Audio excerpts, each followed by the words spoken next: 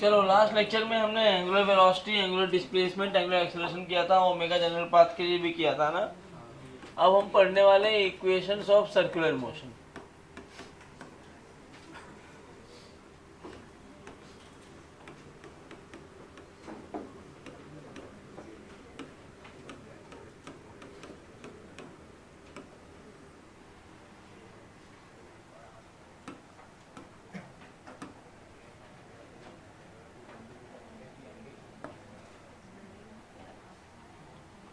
देखो, मान लो ये एक सर्कल है, इसका रेडियस है आर, ये टी है 0 और इस t0 पर ओमेगा की वैल्यू है ओमेगा इनिशियल। ये ऐसे अल्फा से घूम रहा है और अल्फा एक कांस्टेंट है, या आप बोलिए अल्फा यूनिफॉर्म है। तो घूमते घूमते किसी टाइम के बाद ये यहाँ कहीं पहुंच गया होगा,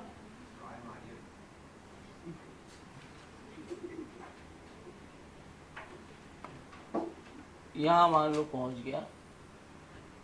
कितना घूम गया ये?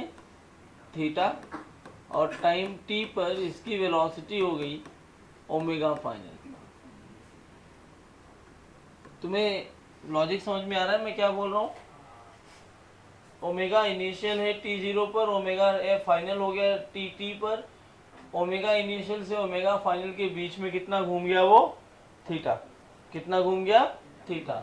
और अल्फा यहाँ पर कांस्टेंट है, कंडीशन याद रखना, alpha has to be constant. Alpha क्या है? क्या है? क्या? एंगुलर एक्सेलरेशन कांस्टेंट है। अब अगर आपको याद होगा, लीनियर में आपने काइनेमेटिक्स में पढ़ा है v is equal to u plus A t, s is equal to u t plus half a T square, v square is equal to u square plus 2s। जो भी फार्मूले पढ़े हो, इन सब फार्मूले में अली भी पढ़ रहा है, तो ए हमारा कांस्टेंट है। कैसा है? ए कांस्टेंट है। इस पूरे इक्वेशंस में a has to be constant, ऐसे यहाँ भी alpha has to be constant. मैं दोनों इक्वेशन साथ में लिख रहा हूँ, आपको समझ आएगा।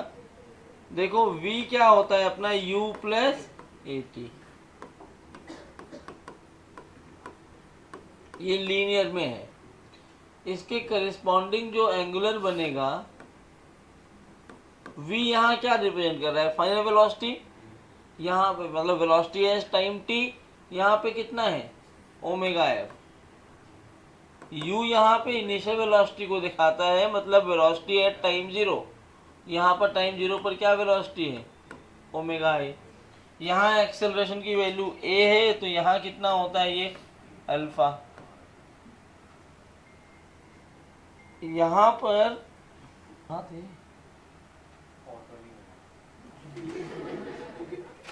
अब मिल गया।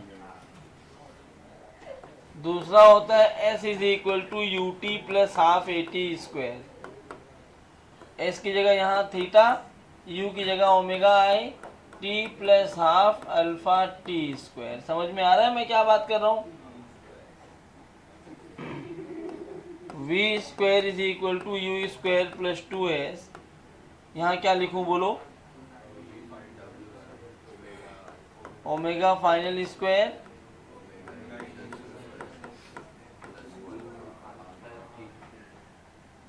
एक और फार्मूला है v plus u is equal to 2s by t. तो यहाँ आएगा omega final plus omega initial is equal to 2 theta by t. यहाँ आपने पढ़ा है s ऑफ टी एथ जो होता है u प्लस हाफ ए, हाँ एन या टी। यहाँ थीटा टी एथ क्या हो जाएगा?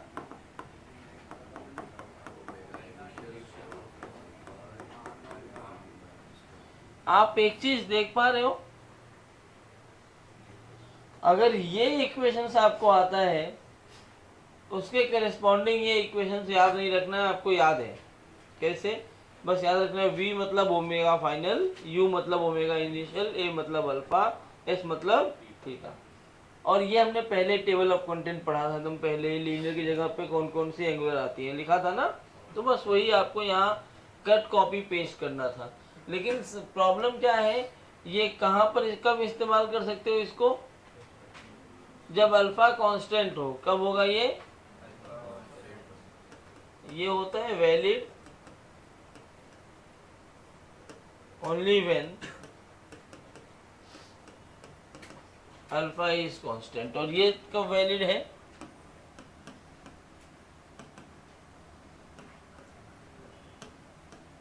एक्सेलरेशन कांस्टेंट हो। सही बात है। अगर वेरिएबल एक्सेलरेशन आए तो क्या करते हैं भाई, दोनों साथ में इसलिए कर रहा हूं कि आप रेफरेंस में देख पाओ कि दोनों में क्या डिफरेंस है और क्या सिमिलरिटी है दोनों के अंदर। अब जब दोनों ना बच्चों ये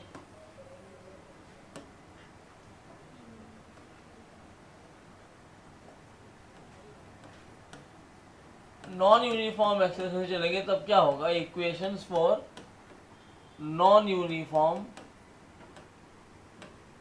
एक्सेलरेशन में दोनों साथ में करा रहा हूं तो आप दोनों के क्वेश्चंस की प्रैक्टिस कर सकते हैं। 6 फंक्शंस काइनेमेटिक्स में बनते हैं, इसके बाहर सवाल नहीं आता। मैं इसे एक टेबल बना के करता हूं, इधर रहेगा लीनियर और इधर होगा, लीनियर मतलब काइनेमेटिक्स, एंगुलर मतलब सर्कुलर। पहला जो लीनियर में है, अगर x टाइम का फंक्शन दिया हो तो आप क्या कर सकते हो, v निकाल सकते हो डिफरेंशिएट करके। एक बार और डिफरेंशिएट किया तो आपको क्या मिल जाएगा। अब x के करस्पॉन्डिंग एंगुलर में कौन सी क्वांटिटी होती है, थीटा। टाइम तो वही रहता है। अगर मैं थीटा को डिफरेंशिएट करूं तो क्या मिलना चाहिए, एक बार और डिफरेंशिएट किया तो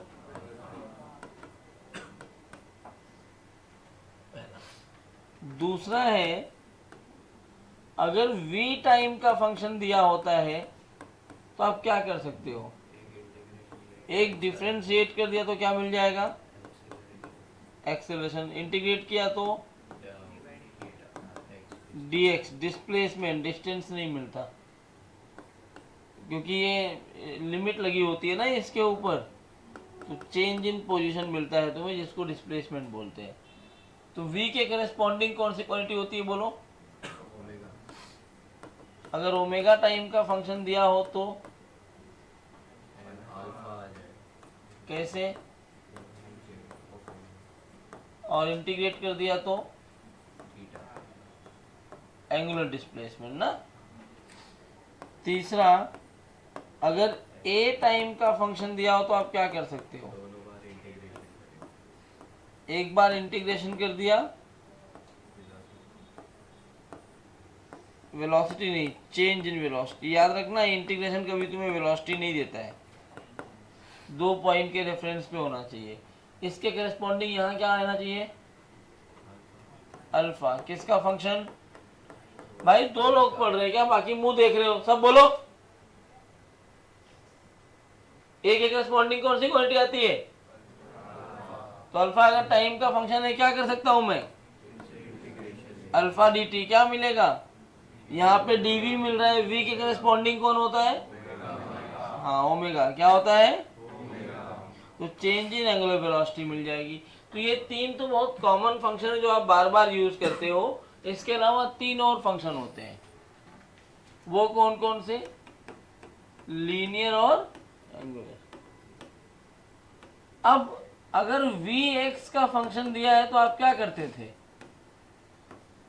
v dv बाई dx कर दोगे तो क्या मिल जाएगा, a। v के करस्पॉन्डिंग, हाँ सब लोग, मैं इसलिए बोलूँगा आपको याद हो जाएगा, आप बोल ही रहे हो। और x के करस्पॉन्डिंग तो क्या बनेगा, omega d omega by d theta, तो अल्फा मिल गया।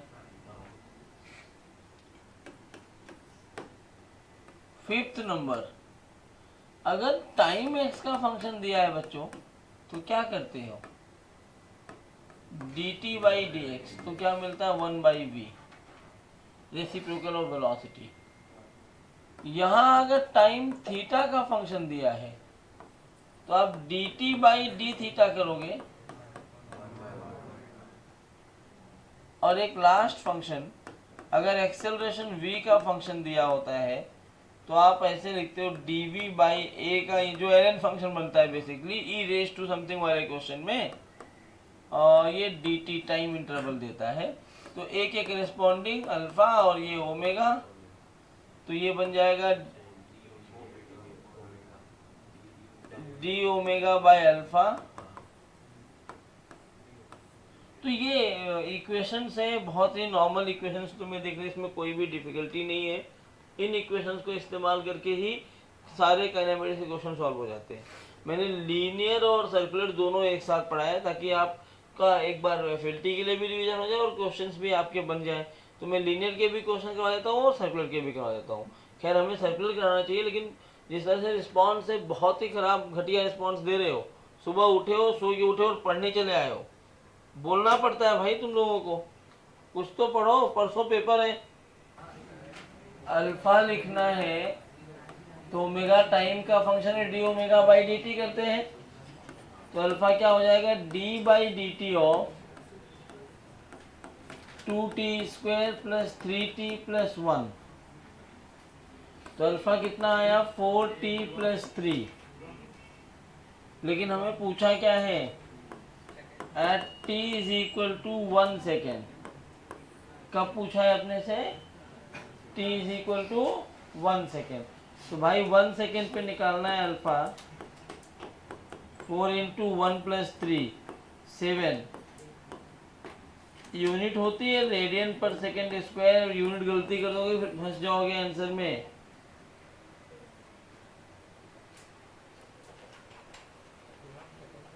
पर सेकेंड स्क्वायर। दूसरा क्या पूछा है, थीटा। थीटा कैसे निकालते हैं, d theta is equal to omega d t. Time कब से कब तक पूछा है, लोअर लिमिट टाइम का 0, जब टाइम 0 तो थीटा 0, जब टाइम 1 तो थीटा कितना, तो थीटा ही हो गया। इधर आएगा 2t square plus 3t plus 1 D T, limit 0 से 1, ये बनेगा 2, या ऐसे लिखो 2/3t क्यूब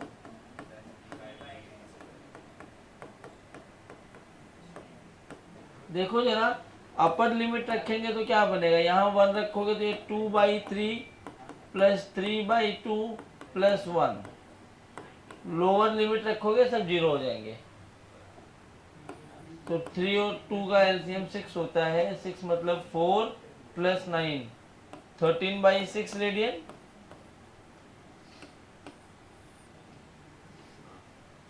कितने लोग सही है दोनों में, 19? अच्छा 1 भी है क्या, 19/6 और 13/6 में भी सही हो गए थे लोग।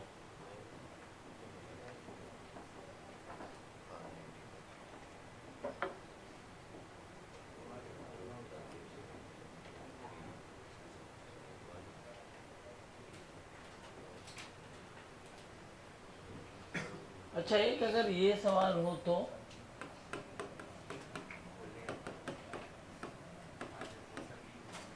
If omega is equal to beta theta raise to -2n,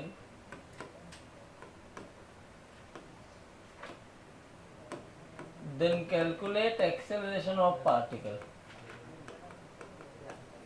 कौन सा सब फॉर्मूला लगाएंगे, ओमेगा थीटा का फंक्शन वाला है ना, और ये पूरा ऐसे रट्टा होना चाहिए, जो पीछे वाला मत पलटो। ओमेगा थीटा का फंक्शन है तो कौन सा फॉर्मूला लगाते हैं, omega d omega by d theta. हाँ देख के भी नहीं बोल पा रहे हो।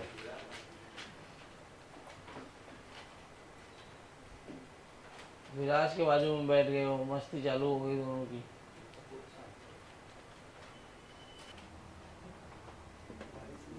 आ गया भाई, क्या आया, -2n beta square theta raise to -4n -1, यही आया है। क्या भाई सिंपल सा ये कैलकुलस नहीं कर पा रहे हो? अल्फा क्या होगा? हाँ राइट है ना, good. Omega d omega by d theta होता है। तो ओमेगा कितना दिया है? Beta theta raise to -2n d by d theta of beta theta raise to -2n। तो अल्फा होगा beta theta raise to -2n।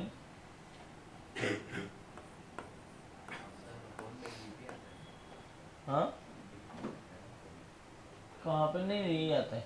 Omega d omega by d theta. अगर D T आया तो फिर कर ही नहीं पाओगे ना। तो मैंने डी टी लिख दिया था क्या?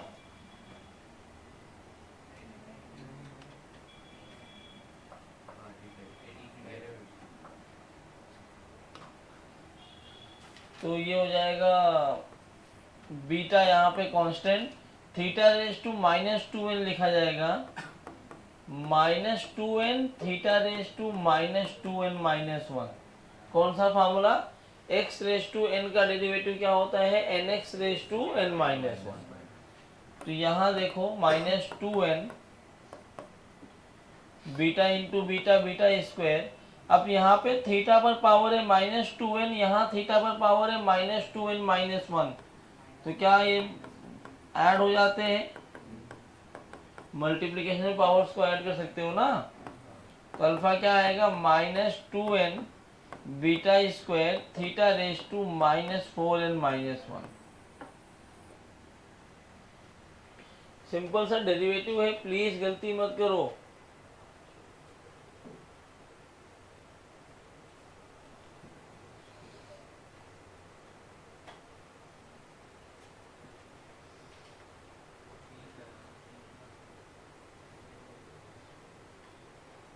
अभी इसके बाद कौन सा लेक्चर है?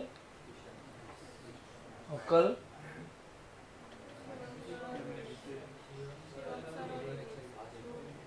दोनों केमिस्ट्री।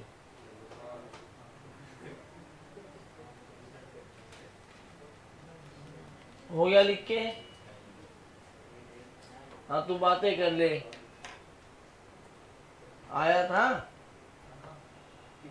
क्वेश्चन, कहाँ जाएगा बे?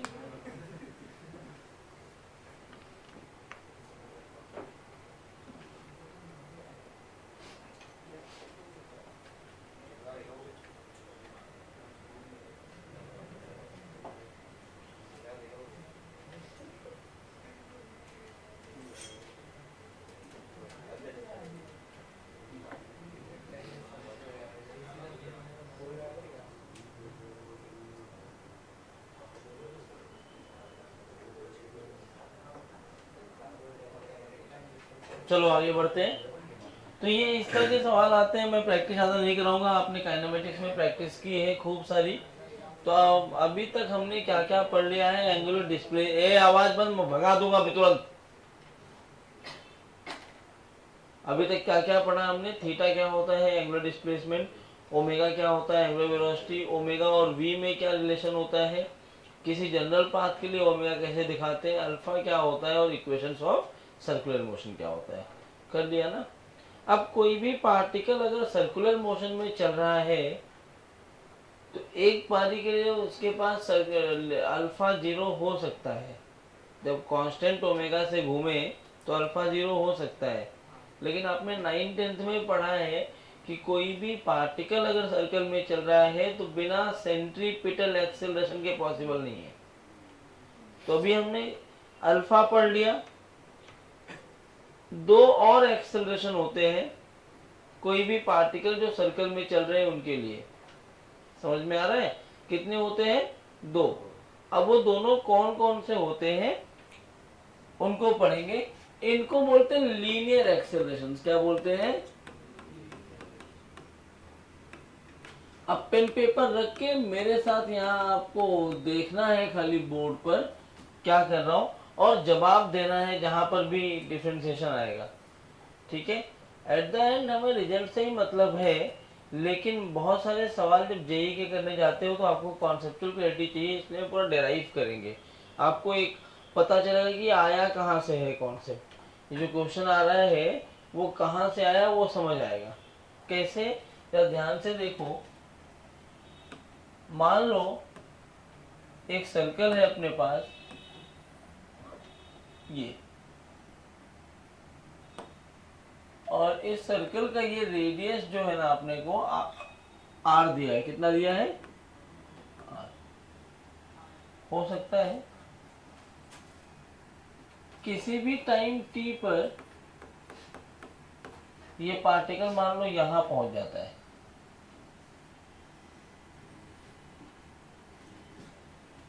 ये सेंटर है, ये पॉइंट मान लो पी है। तो किसी भी टाइम टी पर अगर ये पार्टिकल यहां पहुंच गया, तो इस टाइम टी पर अगर मैं पोजीशन वेक्टर लिखूं इस पार्टिकल का, तो क्या आएगा बोलो? क्या होता है R vector? X I cap plus Y J cap plus Z K cap. K cap तो इसमें होगा नहीं, सर्कुलर मोशन में है, प्लेन में चल रहा है। अच्छा, अगर ये रेडियस आर तो क्या ये भी रेडियस आर? तो यार मुझे इसके कंपोनेंट्स चाहिए होंगे आगे बढ़ने से पहले। जरा देखो, अगर ये एंगल थीटा ले लिया जाए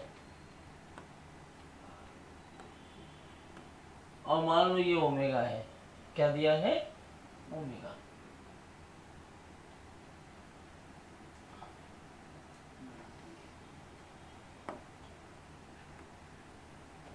ये 90 बन गया।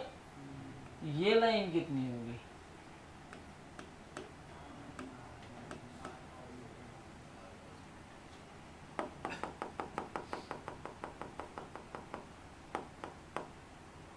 अभी ओमेगा छोड़ो, ओमेगा हम लाते हैं बाद में भी। तो ये लाइन कितनी होगी? और ये, तो इसमें x कितना है? What is the position vector, x component of position vector at time t? क्या r cos थीटा? तो क्या मैं इसको लिखूं r cos theta I cap plus, लिख सकता हूं क्या? अच्छा, ये क्या है? ये तो पोजीशन वेक्टर है। अगर मैं dr बाई डी टी कर दूं, इसको डिफ्रेंशिएट कर दूं, तो क्या मिलेगा? वेलोसिटी। एक बार और कर दूं तो वही तो चाहिए ना अपने को। तो इसको हम दो बार डिफ्रेंशिएट करेंगे। डरना नहीं है अपने को, ये बिल्कुल ध्यान से देखो तो बिल्कुल बेसिक चीज है जो आप पहले से भी जानते हो। अगर मैं dr vector by dt vector करूं, तो क्या मुझे वेलोसिटी वेक्टर मिल जाएगा? क्या लिखूं मैं dr बाई dt के लिए? d by D T of plus R sine theta J है। क्या ये ऐसा नहीं बनेगा? देखो किसके रिस्पेक्ट में कर रहे हो, ठीक है। चलो एक एक स्टेप में बढ़ाते हुए चल रहा हूं ताकि आपको समझ में आए। या एक लाइन थोड़ा सा मैं और यहाँ थोड़ा सा कम करूंगा, एक लाइन थोड़ा कम करूंगा। जब इसको अंदर भेजोगे तो ये आर तो अपना कांस्टेंट आएगा ना, आर आई कैप कांस्टेंट आएगा। अंदर बनेगा D by D T of cos theta. क्या होता है D by D T of cos theta? यही गलती कर देते हो। D by D T of cos theta कुछ नहीं होता, D by d theta of cos theta होता है। तो डी बाई डी टी को तो आप कुछ लिख ही नहीं सकते, ये डी टी है ना, तो मुझे यहाँ चाहिए क्या? D theta. बिना डी थीटा लाए आप डिफ्रेंशिएट नहीं कर पाओगे, इसलिए मैं डी थीटा बाई डी से मल्टीप्लाई कर दिया। प्लस यहाँ भी आर जे के कॉमन आएगा, क्या ये भी यही बनेगा? Sine theta. और यहाँ भी डी थीटा बाई डी से मल्टीप्लाई करना पड़ेगा। बोलो ये लाइन समझिए सबको? किसी को दिक्कत है? तो यहां से अगर मैं v लिखूं, अब इस डी थीटा को मैं यहां ला सकता हूं, ना डी थीटा को यहाँ पे इंटरचेंज कर दो। डिनोमिनेटर में डी थीटा की जगह ये डी टी रख दो और डी टी की जगह पे डी थीटा। तो क्या ये ऐसा बन जाएगा? D by d theta of cos theta.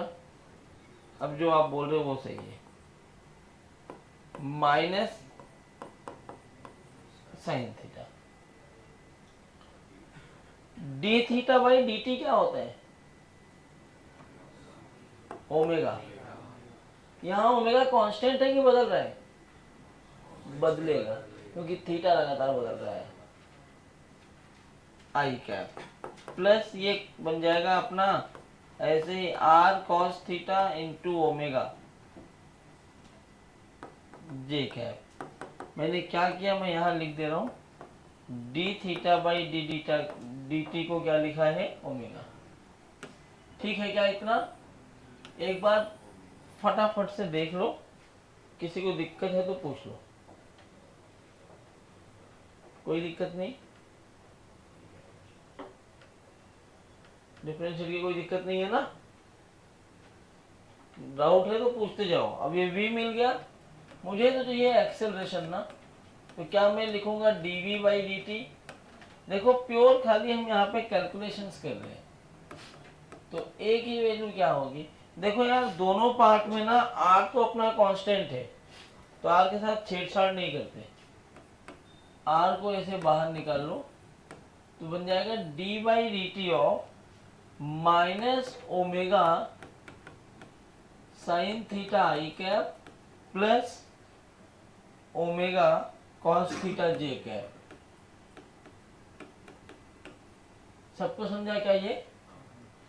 अच्छा, मैं थोड़ा सा एक लाइन ना इसको और लिखता हूं।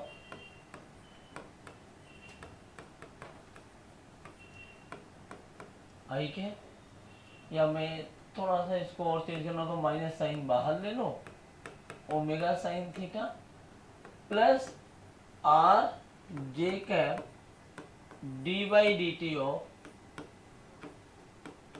Omega cos theta. क्या किया मैंने?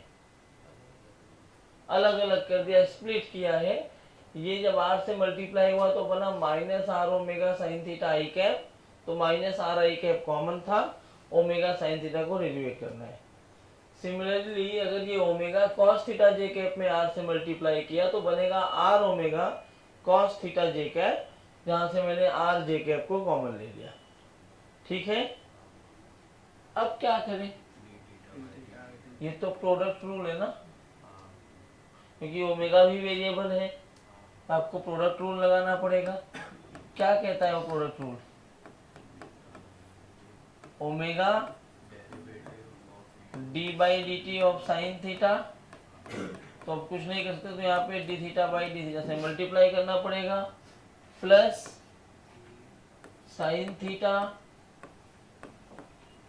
D by D T of, यही तो लिखते हो ना, प्लस आर जे कैप। यहां अगर लिखा जाए तो वही आएगा omega D by D T of cos theta D theta by d theta plus cos theta D omega by. ठीक है क्या? कोई दिक्कत किसी को?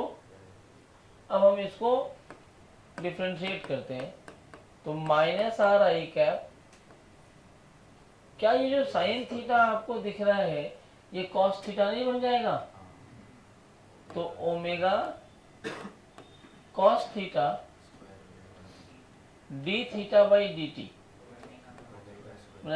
स्क्वायर कर दो, आपको समझ में आ रहा है, plus sine theta D theta by D T नहीं है, अब D omega by D T alpha होता है,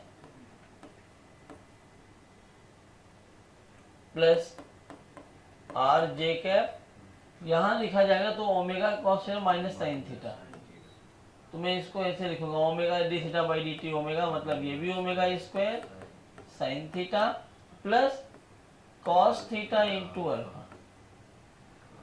यहाँ मैं ब्रैकेट में लिख दे रहा हूँ, ये कहाँ से आया? D omega by D T की वैल्यू क्या होती है? अल्फा। अब थोड़ा सा ना इसको ओपन करना है, बस काम बन गया है अपना। Minus R omega square cos theta I cap minus R alpha sine theta I cap. मैंने क्या किया, माइनस आर आई कैप से अंदर मल्टीप्लाई कर दिया। यहां लिखोगे तो minus R omega square sine theta J cap plus R alpha cos theta J cap. ठीक है क्या? जरा देखो, आर अल्फा को एक साथ लिख लो, आर ओमेगा स्क्वायर को एक साथ लिख लो। तो जो एक्सेलरेशन आया है, क्या मैं उसको ऐसे लिखूं, minus R omega square common ले लिया तो cos theta plus sine theta,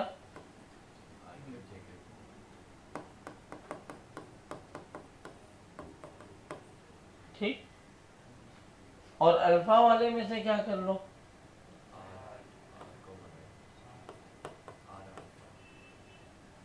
कुछ भी कॉमन ले सकते हो, तुम्हारे ऊपर है। मैंने प्लस आर अल्फा ले लिया, तो ये क्या बनेगा अंदर,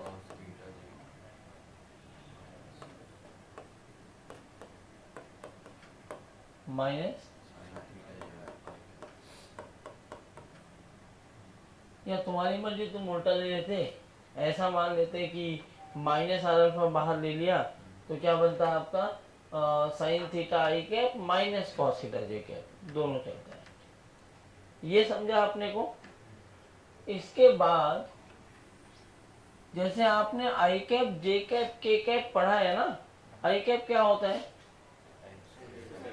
क्या unit vector along X axis, J cap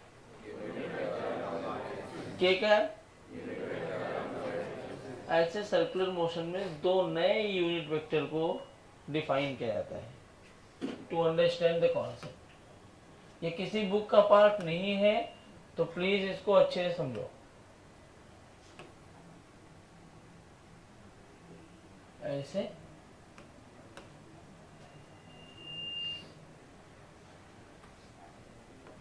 किसी भी पॉइंट पर, मान लो ये वाला पॉइंट है, तो इसके दो वेक्टर को दिखाया जाता है। एक होता है ई टी कैप और दूसरा होता है E R cap.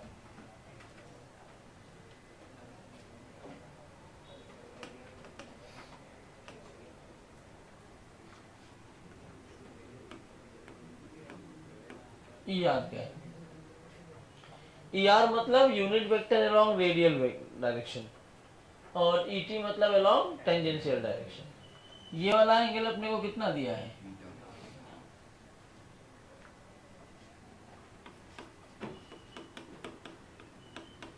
Unit vector along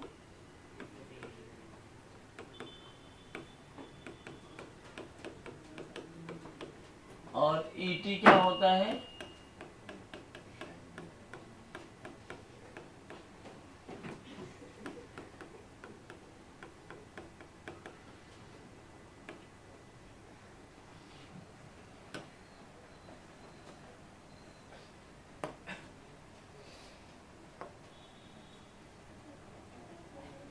ये सबको दिख रहा है कि नहीं दिख रहा है? इतना छोटा कर दूंगा, दिखेगा सबको?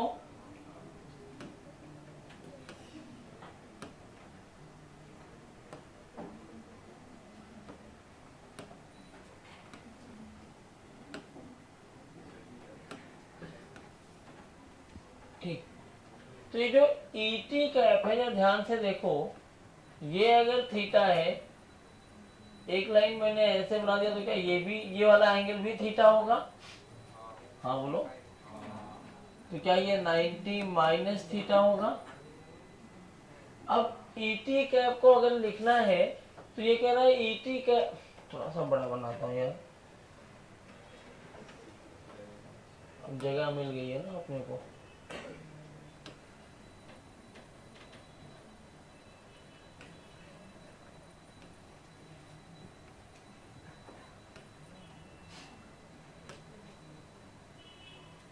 यहां बना देता हूं ऐसे,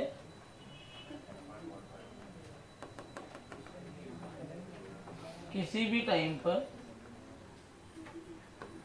ये अपना ई टी कैप है,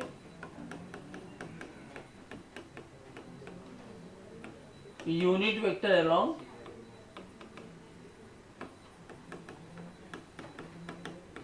टेंजेंशियल डायरेक्शन, और इस लाइन को हम ER बोलते हैं, यूनिट वेक्टर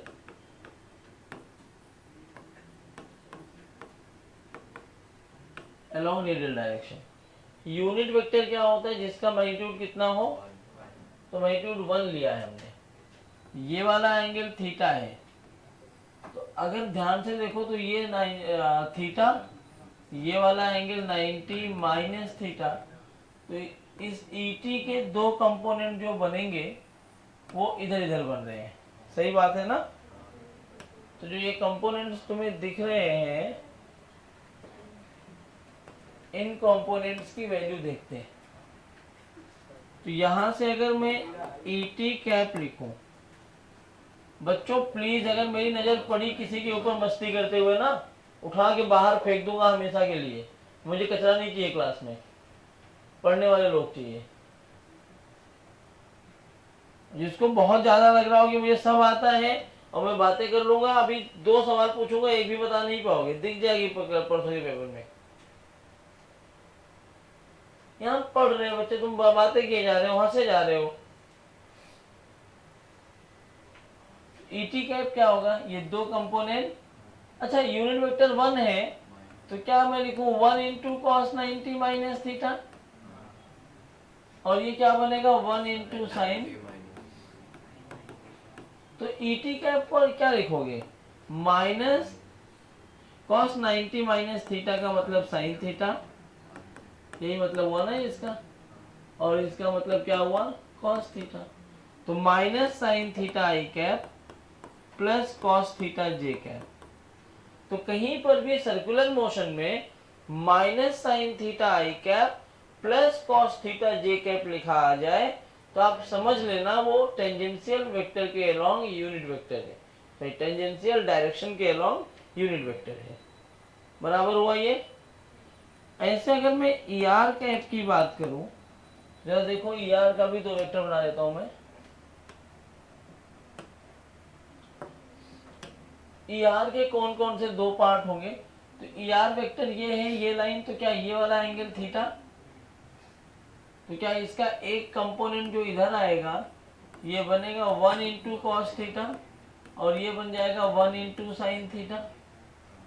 तो क्या ER वेक्टर आ गया सिंपली अपने पास cos theta I cap plus sine theta J cap. कहीं भी cos theta I cap plus sine theta J cap लिखा है तो आप उसको ER कैप बोल सकते हो। जरा इन दोनों को इसमें कहीं फिट करने की कोशिश करो, कुछ दिख रहा है क्या? ए वेक्टर यहाँ आ रहा है minus R omega square ER cap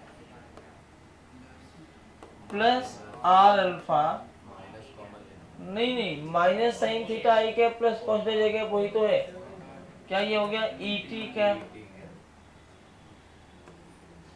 अच्छा ER कैप की डायरेक्शन किधर है? बाहर की तरफ। जरा मैं यहाँ से आर ओमेगा स्क्वायर को हटा दूं तो क्या ये माइनस ER कैप बन गया? किधर आएगा वो? अंदर की तरफ, मतलब अलोंग द रेडियस या टूवर्ड्स द रेडियस बोला तो अच्छा लगेगा। टूवर्ड्स द रेडियस आया, ये किधर आया? ये मेरी बात समझ में आ गई? और दूसरा जो ET कैप है वो टेंजेंशियल है। यहां से अगर देखा जाए तो इसमें मैं इसको बोल सकता हूं कि आर ओमेगा स्क्वायर जो है इसको हम नाम देते हैं AR। AR का मतलब radial acceleration, act towards the centre. आपको याद यही करना है, सेंटर ऑफ सर्कल। और आर अल्फा को हम क्या बोलते हैं? AT। क्या बोलते हैं? AT, act tangentially. अब बुक में क्या होता है, जब आप बुक पढ़ते हो ना, आपको एक्सेलरेशन में नाम बना के देते हैं रेडियल एंड टेंजेंशियल एक्सेलरेशन। वो डायरेक्ट लिखते हैं रेडियल एक्सेलरेशन कितना है आर ओमेगा स्क्वायर, टेंजेंशियल कितना है आर अल्फा। हालांकि तुम्हारे सवाल सारे बन जाते हैं, लेकिन ये आया कहाँ से वो आपको पता तो चलना चाहिए ना। तो क्या आपको समझ में आ रहा है ये कैसे लिखा गया है? एक बार गो थ्रू करो, कोई दिक्कत है तो पूछो। अब यहां से मुझे एक चीज समझ में आया है, कोई भी पार्टिकल अगर सर्कल बनाना चाह रहा है तो कौन सा एक्सेलरेशन कंपलसरी होता है? Centripetal, radial acceleration. कौन सा? सेंट्रीपिटल। ये जो रेडियल है ना, इसी को हम सेंट्रीपिटल भी बोलते हैं।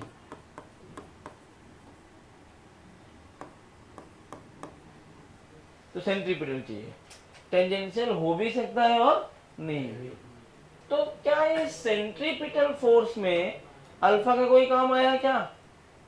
तो क्या कई बार कंफ्यूजन होती है, स्टेटमेंट वाइज जेईई मेंस ने पूछा है कि अगर सर्कुलर मोशन करना है तो अल्फा मस्ट है क्या? नहीं। सर्कुलर मोशन के लिए क्या इंपॉर्टेंट है? ओमेगा। तो अगर मैं पूछूं देयरफॉर नेट एक्सेलरेशन कितना हो गया, तो क्या आप ऐसे नहीं लिखोगे ए R square plus A T square? क्योंकि भाई देखो ए वेक्टर में आई कैप, ई आर कैप और ई टी कैप है, इसका मैग्नीट्यूड कैसे लिखोगे? अगर X I cap plus Y J cap लिखा होता है तो मैग्नीट्यूड में क्या लिखते हो? Under root of X square plus Y square. तो यहाँ भी तो ये वही लिखोगे, under root of A R square plus A T square, क्योंकि इनके बीच में एंगल देखोगे ए आर और ए टी के बीच में हमेशा 90 डिग्री बनेगा, हमेशा। समझ में आया क्या? पक्का नोट करो, चिल्लाना मत। उनको मैं आ रहा हूँ, अगर मैं आऊंगा नहीं 2 मिनट बाद।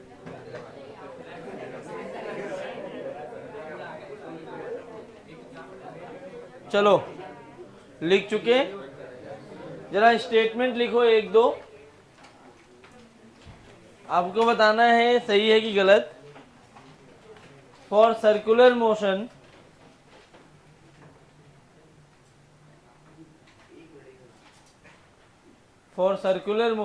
Alpha is must.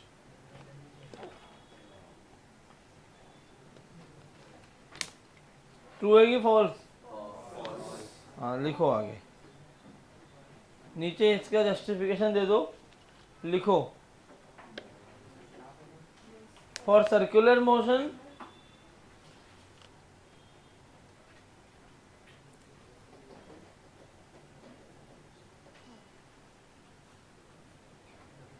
centripetal acceleration is must,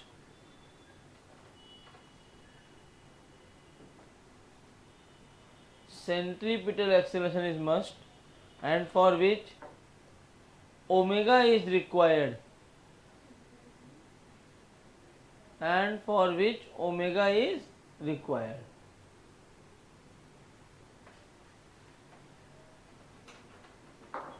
alpha gives us the tangential acceleration only.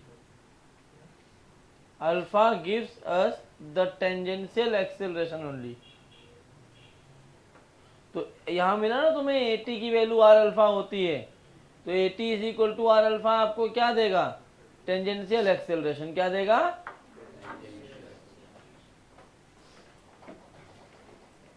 ठीक है, आइए। क्या हो गया? लगाया क्यों छुड़ाना है? तो क्या क्या चीजें अभी तक सीखी है यहाँ पे? यहाँ देखो, हमने सीखा कि जो टेंजेंशियल एक्सेलरेशन है, चुप बैठ जा, टेंजेंशियल एक्सेलरेशन 80 है, उसकी वैल्यू कितनी है? R alpha. रेडियल एक्सेलरेशन जो है उसकी वैल्यू कितनी है? Omega square R. क्या मैं इस ओमेगा स्क्वायर आर में ओमेगा को वी बाई आर भी बोल सकता हूँ? अगर मैंने ओमेगा को वी बाई आर रख दिया तो यही बन जाएगा वी स्क्वायर बाई आर। तो ये रेडियल एक्सेलरेशन। और मैंने पढ़ा कि ए नेट जो है it is equal to A T square plus A R square, correct. अभी हमने क्या बोला कि कोई भी सर्कुलर मोशन के लिए अल्फा की जरूरत नहीं है, मतलब टेंजेंशियल एक्सेलरेशन हो या ना हो उससे कोई फर्क नहीं पड़ता। किस बात से फर्क पड़ रहा है? ओमेगा होना चाहिए। ओमेगा कांस्टेंट भी हो सकता है। तो मैं ये कहाँ पे मिलता है तुम्हें देखने को? यूनिफॉर्म सर्कुलर मोशन में। तो for uniform circular motion A T is equal to 0, therefore A net की वैल्यू कितनी आ जाती है, ए आर। मतलब जब यूनिफॉर्म सर्कुलर मोशन होता है तो अल्फा की वैल्यू नहीं होती। कोई बोले if alpha is not present in a circular motion, what kind of circular motion is this, तो आप क्या बताओगे? As alpha is not present it means it is uniform circular motion. कैसा होगा वो? Uniform circular motion. अब इसमें सवाल बहुत अच्छे अच्छे आते हैं। कैसे आते हैं? एक एक सवालों की मैं बात करता हूं।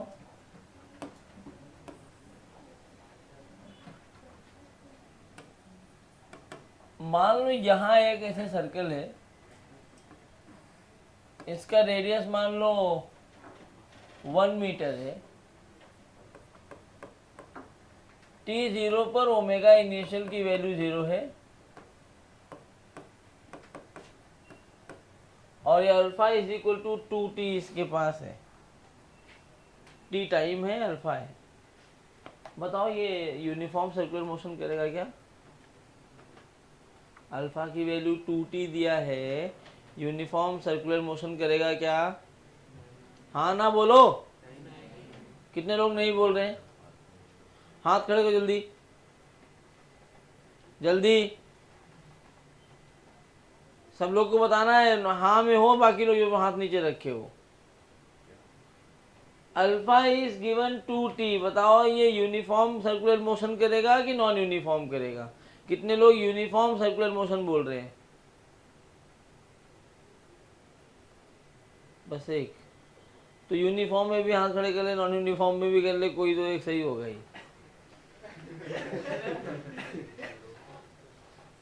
ये नॉन यूनिफॉर्म सर्कुलर मोशन है।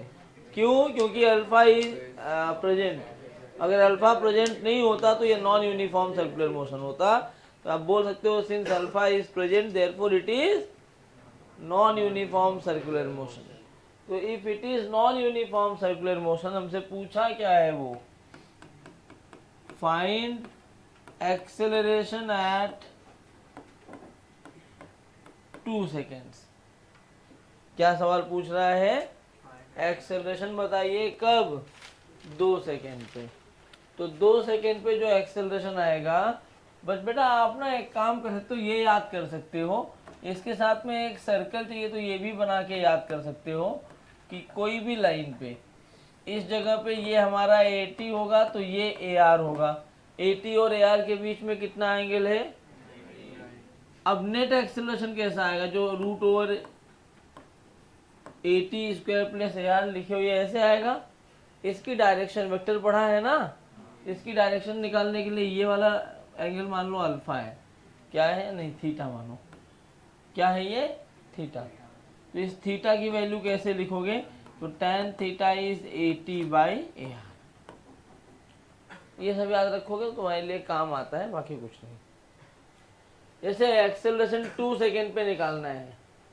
अब ये नॉन यूनिफॉर्म एक्सेलरेशन है, sorry non uniform circular motion है, तो इसमें अल्फा भी आएगा और मतलब AT भी आएगा और AR भी आएगा। कौन कौन से आने वाले हैं? AT और AR। देखो AT निकालना तो सिंपल है। AT क्या होता है समझना मैं क्यों कर रहा हूँ, ये बहुत इंपॉर्टेंट है। AT की वैल्यू R अल्फा, R की वैल्यू 1 है, अल्फा है 2t। तो at 2 second AT would be 4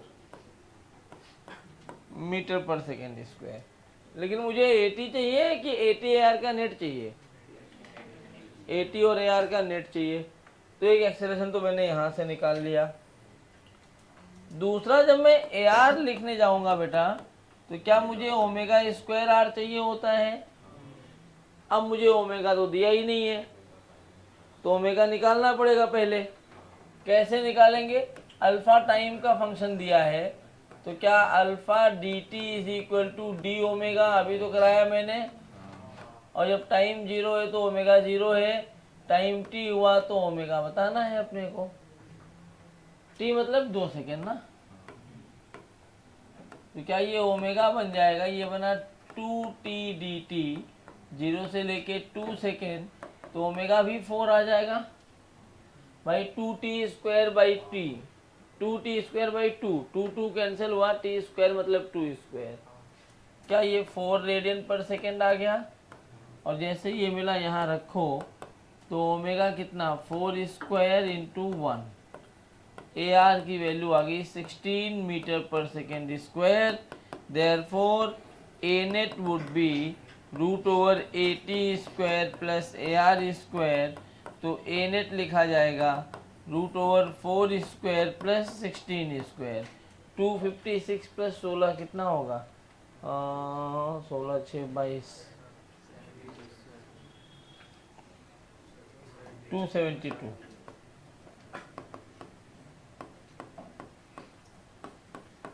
ये आंसर है। इस तरह के सवाल बहुत पूछे जाते हैं। क्या आपको समझ में आ रहा है? छापिए छापिए। एक और सवाल समझो।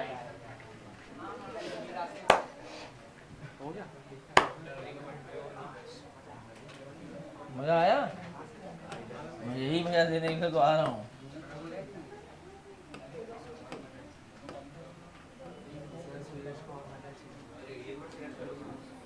हाँ, कहाँ पे? मीटर मीटर मीटर, ये ए निकाला है तुमने। पक्का? क्या झूठ बोल रहा हूँ क्या? कहना पक्का? अपनी तरह समझ रखा है क्या? मेरे को समझती है एक बार में क्या बोल रहा हूँ मैं। वो तुम्हें नहीं समझता कि चुप रहने बोला तो बात करते रहते हो।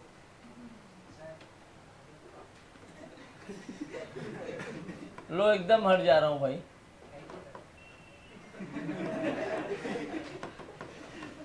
अल्फा की वैल्यू 2t² है। t0 पे omega initial 0। Find time when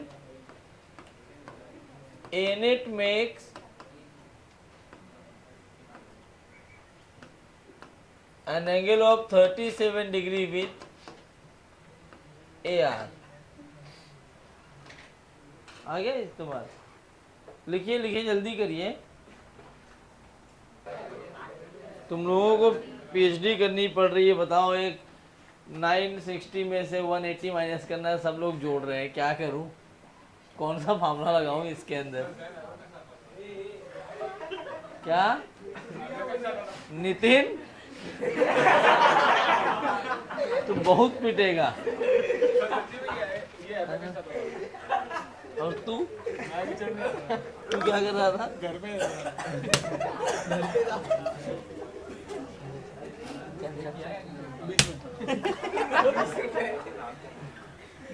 कोई फर्क नहीं पड़ेगा। देख नहीं रहे हो? इतना मार खाया, लोहा बन गया है। उठते बैठते मार ही खाता है वो। आ जाओ, देखो क्या करें। अल्फा दिया है 2t²। बस चुप हो जाओ अब। आवाज बंद। अल्फा की चुप बैठ जा। अल्फा की वैल्यू 2t² है, तो जो अपना 80 होगा वो तो r अल्फा होता है। तो 80 कितना हो जाएगा? 1 इंटू 2t²। क्या 80 की वैल्यू वही आ जाएगी 2t²?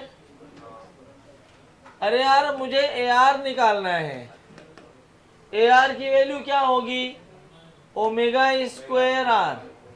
लेकिन अपने को ओमेगा नहीं पता है, तो पहले अल्फा दिया है तो मैं लिखूंगा alpha dt is equal to D omega 0 से t, 0 से ओमेगा। तो ओमेगा आ जाएगा 2/3t³। तो ये बना AR की वैल्यू 2/3t³ का स्क्वायर मल्टीप्लाइड बाई r। क्या AR आ गया 4t⁻⁶/9r? बोलो हाँ। लेकिन चाहिए क्या आपने को? क्या चाहिए?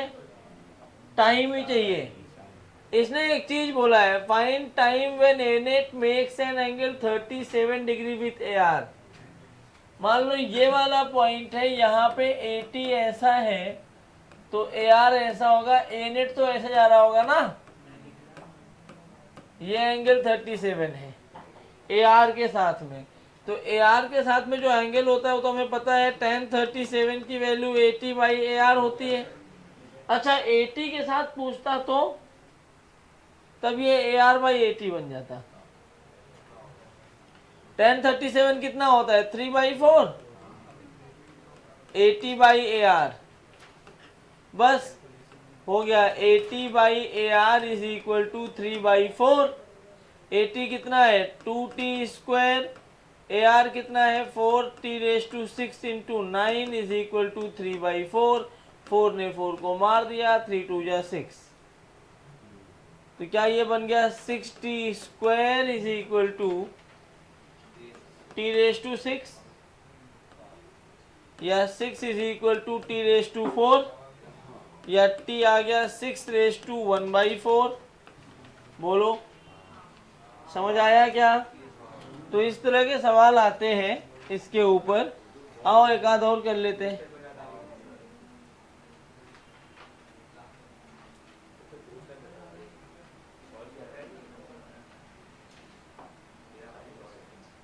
जाओ आज तुम्हें 10 मिनट जल्दी छोड़ दे रहा हूँ, जाओ। अगले लेक्चर में डायनामिक्स चालू करूंगा मैं।